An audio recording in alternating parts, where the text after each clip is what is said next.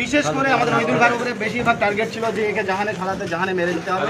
তো সন্ধ্যা থেকে আমরা যতটা খবর পাই এর বাড়ির সামনে 10-15 জন বেশ বসে থাকে। ওইদুল ভাই, আমি যত টাকা জানি থানায় জানানোর সত্ত্বেও থানায় এসে ওইদুল ভাই কমপ্লেন করতে বাড়ির সামনে মারা হয় ওকে।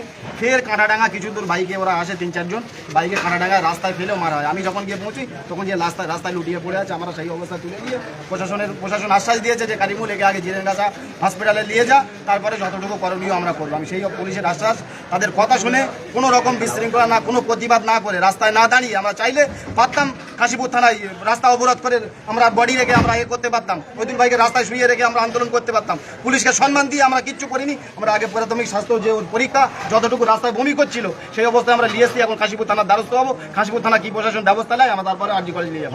কি কেন মারলো, তারা মারলো এবং কেন মারলো? তো আপনারা বুঝতেই পারছেন এটা রাজনৈতিক চক্রান্ত, যে একাধিকভাবে বাইরের লোক এনে, আমি চাইবো যে প্রত্যেকটা সিসি ক্যামেরা চেক করা হোক। বাইরের লোক যেভাবে ভাঙড়ে ঘুরুঘুরি করছে, একমাত্র আইএসএফ নেতাদের, আইএসএফ কর্মীদের উপরে মারা চক্রান্ত চলছে। এটা প্রশাসনের কাছে বারবার আমরা অনুরোধ করছি। আমরা কি আপনাদের কাছে লিখিত দিলেও তো কাজ হচ্ছে না, তাহলে এবার কোথায় যেতে হয় আপনারা বলেন, আমরা সেই অবস্থা সেখানে যাব, যাতে আমাদের এই নেতাদের সুরক্ষা দেওয়া হয়।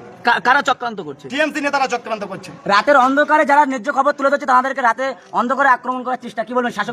আক্রমণ করবার ঝাই করো, ভাঙড়ের মানুষ শেষ রক্তবিন্দু পর্যন্ত এই অন্যায় বিরুদ্ধে লড়াই করছে, আগামী দিনও করবে। তৃণমূলের পক্ষ থেকে বলা হচ্ছে তাদের দ্বারা 3 জন কর্মী আক্রান্ত হয়েছে, এবং জনরোষে পরে ওইদুল ইসলাম মার খেয়েছে। ওকে তৃণমূলে কেউ মারেনি, বরং তৃণমূলের 3 জন আক্রান্ত। আমি বারবার বলি যে বারবার ঘুঘু ধান খেয়ে যায়, ওরকম কাজে বাড়ার হবে না।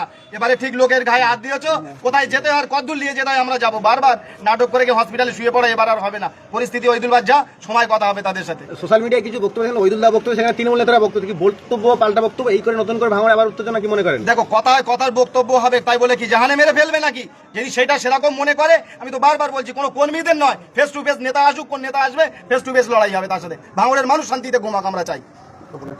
আপনার নাম পরিচয়? আমার নাম কারিমুল ইসলাম।